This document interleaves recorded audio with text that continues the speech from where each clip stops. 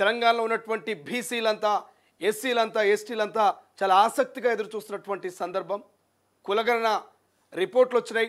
SC వర్గీకరణ మీద ఇటు కులగణన మీద ఇవాళ క్యాబినెట్ భేటీ అనంతరం అసెంబ్లీలో డిస్కషన్ చేయబోతున్నారు ప్రత్యేక సెక్షన్ పెట్టి. సో ఏం డిస్కషన్ చేయబోతున్నారు, కులగణన లెక్కలు ఎట్లా తెచ్చబోతున్నారు, బీసీల రిజర్వేషన్ ఎట్లా ఉండబోతుంది, ఎస్సీ వర్గీకరణ మీద ఎటువంటి సమీక్ష స్టాండ్ జరగబోతుంది. ఇప్పటికే మరి కులగణనకు సంబంధించి బీసీ డెడికేటెడ్ కమిషను ఇటు ఉపసంఘానికైతే సో ఏదైతే నివేదికనైతే అందించినటువంటి పరిస్థితి మనకు కనిపిస్తుంది. ఇంకోవైపు ఎస్సీ వర్గీకరణకు సంబంధించి కూడా రిపోర్ట్ను అందించినటువంటి పరిస్థితి మనకు కనిపిస్తుంది. ఇవాళ క్యాబినెట్ భేటీలో సో మంత్రివర్గ ఉపసంఘంకు ఇప్పటికే నివేదిక వచ్చింది కాబట్టి ఇవాళ క్యాబినెట్ భేటీ అయ్యా అనంతరం అసెంబ్లీలో ఈ రెండు అంశాల మీద డిస్కషన్ చేస్తూ ఉన్నారు. బీసీ లెక్కలు కనుక తేలితే, బీసీ రిజర్వేషన్ కనుక ఒకవేళ క్లియర్ అయితే సో పంచాయతీ ఎన్నికల ముహూర్తం అనేది ఇవాళ ఫైనల్ అయ్యేటువంటి అవకాశం ఉంది. ఎప్పుడు పంచాయతీ ఎన్నికల షెడ్యూల్ పెట్టాలి, మరి ఎన్ని రోజుల పాటు, ఎన్ని విడతల పాటు, సో దాదాపుగా 12,845కు పైగా కొత్త గ్రామ పంచాయతీలు ఏమైనా మళ్ళీ కొత్తగా ఏమైనా వస్తే అవన్నీ యాడ్ చేసుకుంటే 13,000 గ్రామ పంచాయతీలు ఉంటాయి. ఈ 13,000 గ్రామ పంచాయతీలకు ఎన్ని విడతల్లో ఎన్ని రోజుల్లో మరి ఎన్నికలు పెట్టాలన్నటువంటి పూర్తి స్థాయి షెడ్యూల్ అయ్యాల ఒక క్లారిటీ వచ్చేటువంటి అవకాశం ఉంది. ఇప్పటికే ఈ నెల 15 నుంచి మరి పంచాయతీ ఎన్నికల షెడ్యూల్ విడుదల కాబోతున్నటువంటి ప్రచారం జరుగుతుంది. ఇప్పటికీ కొంత మంత్రులు అక్కడక్కడ అఫీషియల్ చెప్తున్నటువంటి పరిస్థితి. బట్ ఏది ఏమైనా మాత్రం బీసీల కులగణనకు సంబంధించి వాళ్ళ రిపోర్ట్ వచ్చింది కాబట్టి ఈ రిపోర్ట్ ప్రకారము 42% బీసీలకు రిజర్వేషన్ ఇవ్వాలా, అంతకు మించి ఇవ్వాలా. మరి 50% దాటితే సుప్రీంకోర్టు, ఆ కోర్టు, ఈ కోర్టు ఉంది కాబట్టి సో కోర్టును ధిక్కరించినట్టయితుంది. కోర్టు అంతకంటే ఎక్కువ పర్మిషన్ ఇవ్వలేదు కాబట్టి 50% లోపలనే మరి ఈ రిజర్వేషన్లు అనేది ఉండాలి బీసీలు. సో ఎక్కడ కూడా న్యాయపరమైనటువంటి చిక్కులు లేకుండా ముందస్తుగా అన్ని రకాల చర్యలు తీసుకొని కులగణన చేపట్టి మినిమం 42% కులగణనకు సంబంధించి మరి బీసీల రిజర్వేషన్ ఇవ్వాలి. కామారెడ్డి డిక్లరేషన్ను ఖచ్చితంగా అమలు చేయాలంటూ ఇప్పటికే ఎమ్మెల్సీ కవిత, ప్రతిపక్షాలు డిమాండ్ చేస్తూ ఉన్నాయి. కాబట్టి కులగణన సర్వేల మీద, రిజర్వేషన్ల మీద మరి ఈ యొక్క పంచాయతీ ఎన్నికలు, జెడ్పీటీసీ, ఎంపీటీసీ ఎన్నికలు ఆధారపడినాయి. ఇప్పటికే ఎంపీటీసీ, జెడ్పీటీసీ ముందుగా ఆ ఎన్నికలు పెట్టి తర్వాత గ్రామ పంచాయతీ ఎన్నికలకు పోవాలన్నటువంటి ఆలోచన కూడా ఉన్నట్టుగా తెలుస్తుంది. ఆప్షన్ ఏ, ఆప్షన్ బి, రెండు ఆప్షన్లు రాష్ట్ర ప్రభుత్వం పెట్టుకున్నట్టు తెలుస్తుంది. ఇంకోవైపు 7 మంది ఎమ్మెల్యేలకు నోటీసులు ఇవ్వాలంటూ సుప్రీంకోర్టు అసెంబ్లీ స్పీకర్కు చెప్పింది. సో 7 మంది ఎమ్మెల్యేలు కనుక నోటీసులు ఇస్తే మరి నోటీసులకు వాళ్ళు ఏం వివరణ ఇస్తారు, వాళ్ళ మీద అనర్హత వేటు పడితే నిజంగానే తెలంగాణలో 10 నియోజకవర్గాల ఉప ఎన్నికలు వచ్చే అవకాశం ఉంది. సో ఇదొక హిస్టారికల్ క్రియేట్ అవుతుంది. హిస్టరీలోనే, చరిత్రలోనే ఇది ఒక రకమైనటువంటి ఉప ఎన్నికలు కనుక వస్తే, మ్యాక్సిమం రావు, ఒకవేళ వస్తే మాత్రం చరిత్రలో నిలిచిపోయేట అవకాశం ఉంది. కేటీఆర్ ఇప్పటికే అంటున్నాడు, పార్టీ ఫిరాయింపు ఎమ్మెల్యేని ఇంకెవరు రక్షించలేరు, ఉప ఎన్నికలకు మీరు సిద్ధంగా ఉండని అంటున్నారు. ఎస్ రైట్, ఇదే అంశం మీద మాట్లాడదాం. ఇప్పటికే బీసీ నేతలంతా కూడా ఆర్ కృష్ణయ్య కావచ్చు, జాజుల సీని కావచ్చు, చిత్ర వాళ్ళంతా కూడా బీసీ బిడ్డలకు అన్యాయం జరుగుతుంది, తప్పుడు లెక్కలు ఈ కులగణనలో జరిగినాయి. సో బీసీలు ఎక్కువగా ఉండాల్సిన బీసీల లెక్క తక్కువ ఎట్లా చేస్తారంటూ వాళ్ళు ఇప్పటికే వాళ్ళు పెద్ద ఎత్తున ఇక బీసీ లెక్కల మీద అయితే వాళ్ళు ఆలోచన చేస్తున్నటువంటి పరిస్థితి మనకు కనిపిస్తుంది. సో ప్రధానంగా మనం ఒకసారి తొలి వెలుగులో చూద్దాం హెడ్లైన్స్, తర్వాత అన్ని పేపర్లో హెడ్లైన్స్, తర్వాత వివరణకు వెళ్దాం. ఎస్ రైట్, కౌన్ బనేగా బాస్, వారంలో బీజేపీకి కొత్త అధ్యక్షుడు, ఢిల్లీలో పెద్ద ఎత్తున నేతల లాభయింగ్, తెరపైకి వచ్చిన కొత్త పేర్లు, రైసులో ఈటల అరవింద్, డీకే అరుణ. ఇక బీసీ లేదా రెడ్డి వర్గానికి ఛాన్స్, ఒక్కరికి అధ్యక్ష పదవి ఇస్తే మరొకరికి వర్కింగ్ ప్రెసిడెంట్ అంటూ మనకు వార్తలు కనిపిస్తున్నాయి. బీసీ రెడ్డిలు కనబడతా ఉన్నారు, ఈటల రాజేందరు, ధర్మపురి అరవింద్, డీకే అరుణ.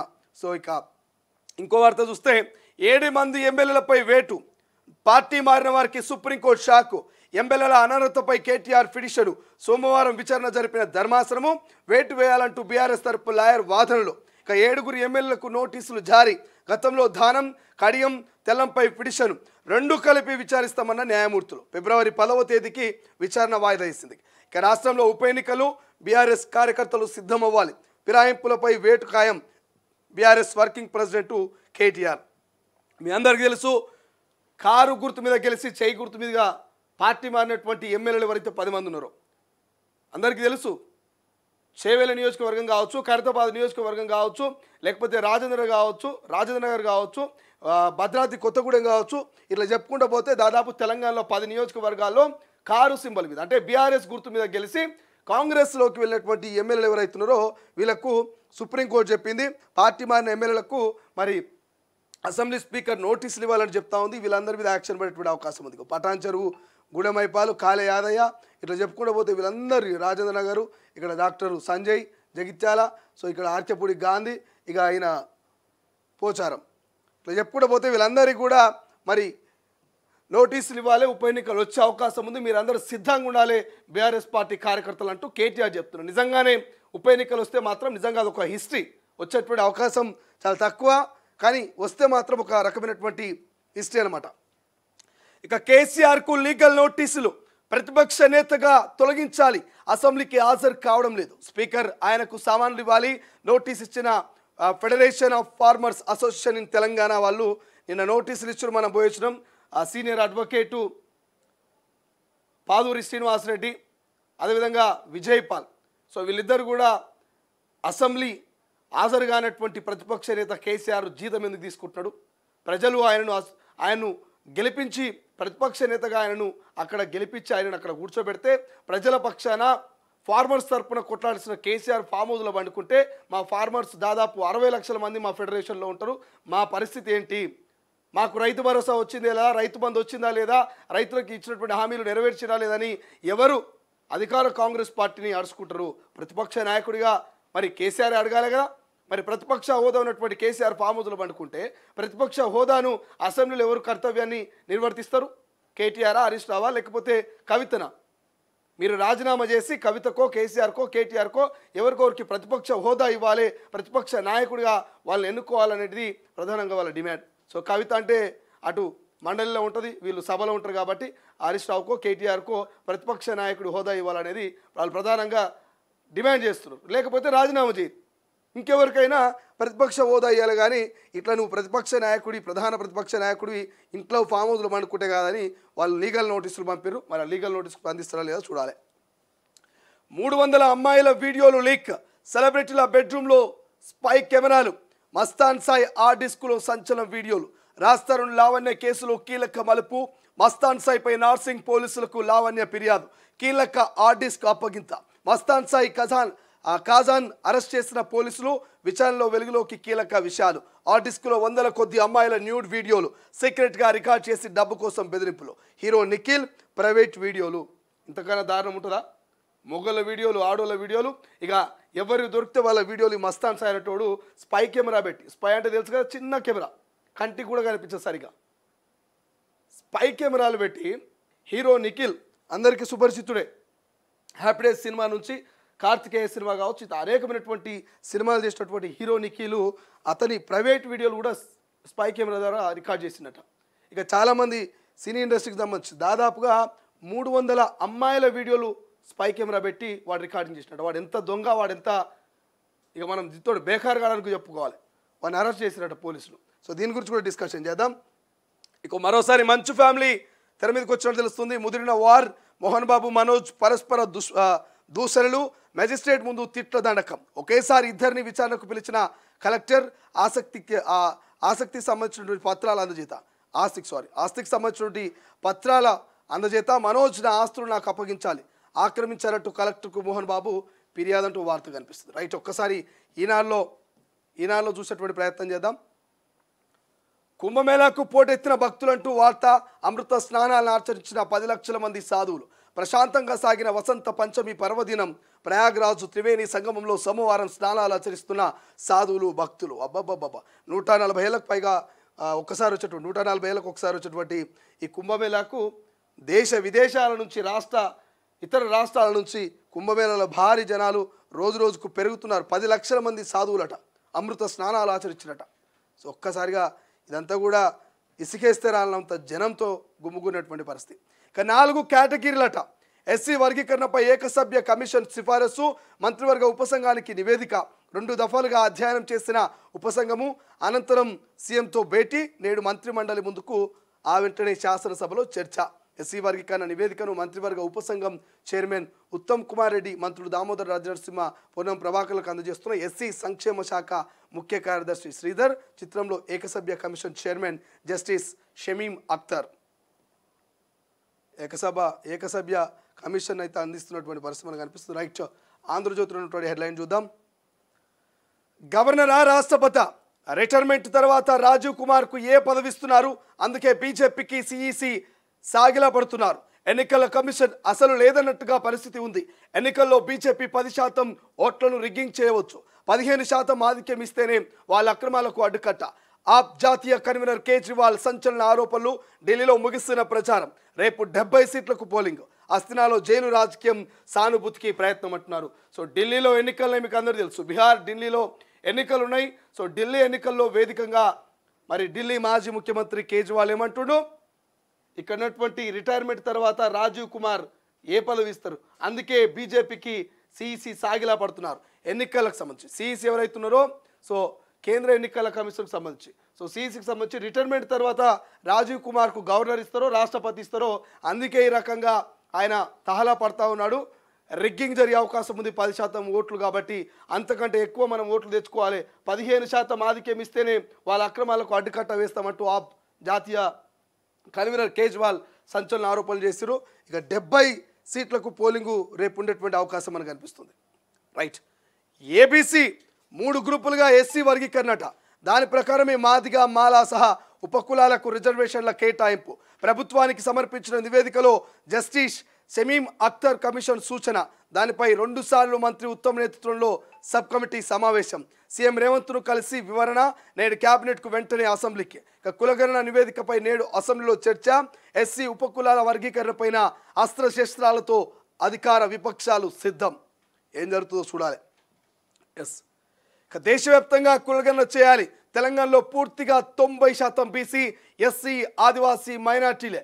లోక్సభలో రాహుల్, బీసీలకు న్యాయం జరిగే సమయం వచ్చింది. ఎవరు అడ్డుకున్నా సహించం. వెనుకబడిన వర్గాల వారంతా నేడు సంబరాలు జరపాలి. మంత్రి పూర్ణం. ఇక కులగణన సర్వేతో ముస్లిం రిజర్వేషన్ పరిరక్షణ బలమైన ఆధారం అంటూ షబీర్ అలీ. ఇక తప్పుల తడకగా కులగణన నివేదిక. ఈడబ్ల్యూఎస్ను కాపాడే కుట్ర సీఎం సమీక్షించాలంటూ ఆర్ కృష్ణయ్య. ఇక బీసీ జనాభా మాత్రమే ఎలా తగ్గింది, నివేదికను ఒప్పుకోమంటూ జాజుల. నివేదికలో వివరాలని గందరగోళం అంటూ గుజ్జా సత్యం. రేవంత్ లెక్కలు సరైనదైతే స్థానికల్లో 56% రిజర్వేషన్ ఇవ్వాలంటూ కవిత. 56% రిజర్వేషన్ సాధ్యం కాదనేది అందరికీ తెలిసిందే. సో 50% కంటే ఎక్కువ రిజర్వేషన్లు ఇవ్వడానికి సుప్రీంకోర్టు గైడ్లైన్స్ ప్రకారం లేని పరిస్థితి. సో రాజతరుణ్ లావణ్య కేసులో మలుపు. మహిళలకు డ్రగ్స్ అలవాటు చేసి నగ్న వీడియోలు తీస్తున్న మస్తాన్ సాయి 100 మంది అమ్మాయిల వీడియోలు తీసి బ్లాక్మెయిల్ చేశాడు. పోలీసులకు ఫిర్యాదు చేసిన లావణ్య ఆడియో డిస్క్ అందజేత ఆడియో డిస్క్ కోసం లావణ్యపై దాడికి యత్నం.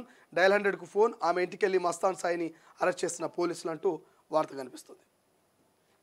ఇంకేమున్నాయి ప్రధానంగా ఇంకేం వార్తలు కనిపిస్తున్నాయి? రైట్, అన్ని దినపత్రికల్లో ఓం అరహోం హర అంటూ కుంభమేళకు సంబంధించిన వార్త కనిపిస్తుంది. బీసీ లెక్కలపై దుమారం. 21 లక్షల దాకా తగ్గించారంటూ బీసీ సంఘాలు ఫైర్. 10 ఏళ్ల బీసీల్లో 52% నుంచి 46%కి ఎలా పడిపోతారని ప్రశ్న. సమగ్ర కులగణన సర్వే పైన అనుమానాలు. 2011 సెన్సెస్తో పోలిస్తే పెరిగిన జనాభా కేవలం 20 లక్షలే. గత నెల ఓటర్ లిస్టులో పోల్చిన పొంతన కుదరని లెక్కలు. నివేదిక తప్పుల తడకలా ఉందంటూ ప్రతిపక్ష నేతల ఫైర్. అఖిలపక్షం ఏర్పాటుకు బీసీ మేధావుల డిమాండ్ అంటూ వార్త కనిపిస్తుంది. ఒకవైపు 3 గ్రూపులుగా ఎస్సీ వర్గీకరణ. ఇక 1 మ్యాన్ కమిషన్ సిఫారసు. క్యాబినెట్ సబ్ కమిటీని రిపోర్ట్ అందజేతంటూ మనకు కనిపిస్తుంది. రైట్, అన్ని అంశాల్లో అన్ని దినపత్రికలు ఇవి కనిపిస్తున్నాయి. అవకతవకలు జరగలే. సర్వేలో పాల్గొనని కేసీఆర్ అరెస్టులకు కులగణనపై మాట్లాడే హక్కు లేదంటూ ఇక ఎమ్మెల్సీ కవితకు హక్కు ఉందంటూ మంత్రి పొన్నం చెప్తున్నాడు. ఏ ఆధారాలతో బీసీల జనాభాను తగ్గించామని చెప్తున్నారు. జస్టిస్ ఈశ్వరయ్య వకలాభరణం సర్వేలు ఎందుకు పాల్గొనలేదు, వివరాలు ఇవ్వని వాళ్ళు మండల ఆఫీసులో ఇవ్వచ్చంటూ సూచన చేస్తున్నారు. నేడు అసెంబ్లీ ముందుకు కులగణన వర్గీకరణ రిపోర్ట్స్. ఉదయం 10 గంటలకు కేబినెట్ భేటీ. 2 రిపోర్టులకు ఆమోదం. 11 గంటలకు సమావేశం కాని అసెంబ్లీ. దేశమంతా కులగణన చేపట్టాలంటూ తీర్మానం. ఎస్, తెలంగాణలో మొట్టమొదటిసారి కులగణన మొదలుపెట్టినాం. తెలంగాణకే పరిమితం కావద్దు బీసీల లెక్కలు. దేశవ్యాప్తంగా ఉన్నటువంటి బీసీల లెక్కలంతా దిగాలే. రాష్ట్ర వ్యాప్తంగా ఏ విధంగా అయితే కులగణన జరిగిందో దేశవ్యాప్తంగా కులగణన జరగాలి. బీసీ, ఎస్సీ పూర్తి స్థాయి డేటా అందియాలి. 90% ఎస్సీ, ఎస్టీ, బీసీలే ఉన్నారని చెప్పేసి ఇక రాహుల్ గాంధీ చెప్తున్నాడు, ఇక్కడ కాంగ్రెస్ చెప్తుంది. కాబట్టి మరి దీని మీద ఇలా ఎటువంటి చర్చ జరగబోతుందో చూడాల్సినటువంటి అవసరం ఉంది. ఇవాళ రాష్ట్ర వ్యాప్తంగా చాలామంది వెయిట్ చేస్తున్నారు తెలంగాణ అసెంబ్లీలో ఎటువంటి వార్ ఉండబోతుందంటూ. దేశవ్యాప్తంగా కులగణన చేయాలంటుండు లోక్సభలో ప్రతిపక్ష నేత రాహుల్ గాంధీ డిమాండ్. ఇంకేమున్నాయి మనకు? ఏప్రిల్ 29 నుంచి ఎప్సెట్ పరీక్షలట.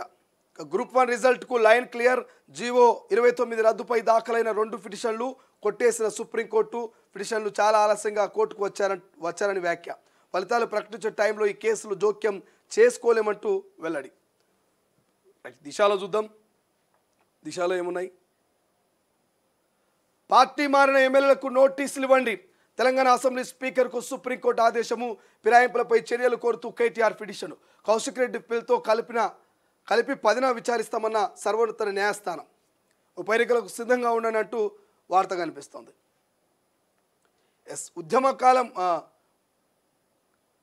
ఉద్యమంలా కులగణన. బీసీలకు న్యాయం జరిగే టైం వచ్చింది. ఎవరు అడుక్కున్నా ఊరుకోం. కేసీఆర్ ఫ్యామిలీలో కవిత ఒక్కరే సర్వేకు వివరాలు ఇచ్చారు. వివరాలు ఇవ్వని వారికి మరోసారి ఛాన్స్ అంటూ పొన్నాం. సో సర్వేలో బీసీలను తగ్గించి చూపారంటూ ఇక బీజేపీ నేత పాయల్ శంకరు బీసీ కులగణనపై కాకి లెక్కలంటూ కవిత చెప్తున్నటువంటి పరిస్థితి. తెలంగాణలో 90% బీసీ, ఎస్సీ, ఎస్టీలు అంటూ ఇక Rahul Gandhi. BC reservation final అంట. 15 లోపల బీసీ రిజర్వేషన్ ఫైనల్. స్థానిక ఎన్నికల్లో ఎంత శాతం ఇవ్వచ్చని దానిపైన అధ్యయనం చేస్తామంటూ వార్త కనిపిస్తుంది. రైట్. కేసీఆర్కు లీగల్ నోటీసులు. అసెంబ్లీకి గైర్హాజరు కావడంపై పంపిన తెలంగాణ ఫెడరేషన్ ఆఫ్ ఫార్మర్స్ ప్రధాన కార్యదర్శి విజయ్ పాల్ చర్యలు తీసుకోవాలని స్పీకర్ను సైతం కోరుతున్నారు వాళ్ళు. నేడు అసెంబ్లీ ప్రత్యేక సెక్షన్ అంటూ వార్త కనిపిస్తుంది. ఎస్సీ వర్గీకరణ పైన క్యాబినెట్ సబ్ కమిటీ నివేదిక. రైట్. అన్నీ కామన్గానే కనిపిస్తున్నాయి. ఇక కేఫ్ బీర్ల ధరలు పెంపంట. ఒక్కో బాటిల్పై 20 నుంచి 25 రూపాయలు పెరిగే అవకాశము. సమ్మర్లో బీర్లకు పెరగనున్న డిమాండ్. తయారీ సరఫరా కోసం 3 షిఫ్ట్ల పనులు. కసరత్తు మొదలుపెట్టిన కంపెనీలు. రాష్ట్రంలో నెలకు గరిష్టంగా 70 లక్షల కేసుల ఉత్పత్తి అట. నమస్తే తెలంగాణలో చూద్దాం ఒకసారి.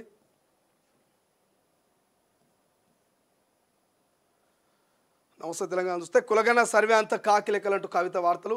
సర్వేలో కులాలు లెక్కలు లేవంటూ వార్త కనిపిస్తుంది. రైట్. ఇక కాంగ్రెస్ డిఎన్ఏలోనే బీసీ వ్యతిరేకత ఉందంటూ ఇంకో వార్త కనిపిస్తుంది. రైట్. దాంతోపాటు ఇక నవీన్ వి బ్లాక్మెయిల్ రాజకీయాలు అంటూ ఒకటి. ఆత్మహత్యలకు రేవంతే కారణం అంటూ హైదరాబాద్ మల్కాజ్గిరిలో జరిగిన బీఆర్టీఈ సమావేశంలో మాట్లాడుతున్న ఆటో యూనియన్ రాష్ట్ర అధ్యక్షుడు. బీసీల సంఖ్యను తగ్గించాలంటూ ఆర్ కృష్ణయ్య అంటున్నారు. అసమగ్రంగా కులగణన సర్వే. కేసీఆర్ హయాంలో చేపట్టిన సర్వేలో 52% బీసీ జనాభా. నేడు కుదించడం అన్యాయం అంటూ ఆర్ కృష్ణయ్య ధ్వజమెత్తున్నటువంటి పరిస్థితి కనిపిస్తుంది. సో మీ అందరికీ తెలుసు ఆర్ కృష్ణయ్య అందరికీ పరిచయం ఉన్నటువంటి వ్యక్తి. ఒకసారి ఆర్ కృష్ణయ్యతో మాట్లాడే ప్రయత్నం చేద్దాం. బీసీల సంఖ్యను తగ్గించారంటూ ఆర్ కృష్ణయ్య వ్యాఖ్యానించాడు. దానికి సంబంధించిన వార్త మనకి ఇక్కడ కనిపిస్తుంది. అసమగ్రంగా కేసీఆర్ హయాంలో చేపట్టిన సర్వేలో 52% బీసీ జనాభా. నేడు కుదించడం అన్యాయం అంటూ ఆయన ఆర్ కృష్ణయ్య మాట్లాడుతూ ఉన్నాడు. ఆర్ కృష్ణయ్య ఫోన్ లిఫ్ట్ చేయట్లేదు. మరోసారి మాట్లాడేటువంటి ప్రయత్నం చేద్దాం. తెలంగాణ ప్రభుత్వం చేపట్టిన కులగణన సర్వే అసమగ్రంగా ఉన్నది. కృష్ణన్న నమస్తే అన్న. హలో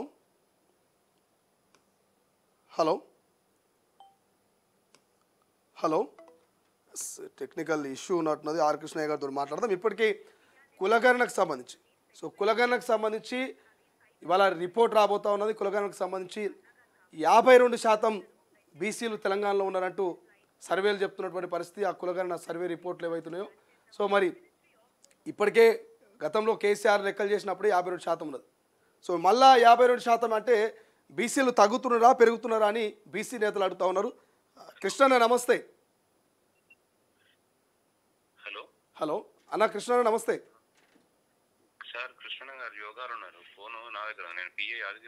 ఓకే అన్న ఒక్కసారి కాల్ బ్యాక్ చేయించాడు అన్న. లైవ్లో ఉన్నాము. ఓకే అన్న థ్యాంక్ యూ. సో ఇది మొత్తం మీద ఆర్ కృష్ణయ్య గారు కూడా స్టేట్మెంట్ ఇస్తున్నాడు. బీసీల సంఖ్యను తగ్గించారు. అసమగ్రంగా కులగణన సర్వే. కేసీఆర్ హయాంలో చేపట్టిన సర్వేలో 52% బీసీ జనాభా. నేడు కుదించడం అన్యాయం అంటూ ఇక ఆయన కూడా మాట్లాడుతున్నటువంటి పరిస్థితి. సో ఇవి ఓవరాల్గా అయితే మనకు అన్ని దినపత్రికల్లో కూడా ప్రధానంగా కనిపిస్తున్నటువంటి అంశం ఏందయ్యా అంటే బీసీల లెక్కలు, పంచాయతీ ఎన్నికల ముహూర్తం కావచ్చు, ఇక తెలంగాణలో ఉప ఎన్నికలకు సర్వంగా సిద్ధంగా ఉండాలంటూ కేటీఆర్ చేస్తున్న వ్యాఖ్యలు కావచ్చు, ఇవన్నీ కూడా మనకు ప్రధానంగా కనిపిస్తున్నాయి. ఇంకోవైపు ఆ ఎస్సీ వర్గీకరణకు సంబంధించి కూడా ఇవాళ మరి ఏం జరగబోతుంది ఏంది, మరి ప్రత్యేకంగా ఇలా అసెంబ్లీ సెషన్ పెట్టిరు. కేసీఆర్ ఏమైనా హాజరవుతాడా ప్రతిపక్ష నేతగా? మరి కేటీఆర్ ఇటు హరీష్ రావు ఏం మాట్లాడబోతున్నట్టు ఒక ఇంట్రెస్టింగ్ వాతావరణం అయితే మనకు నెలకొంది. కాబట్టి ప్రపంచంలో ఏ మూల ఏ క్షణం ఏం జరుగుతుందో వేగంగా తెలుసుకోవడానికి తొలి వెలుగు వాట్సాప్ ఛానల్ని ఫాలో చేయండి.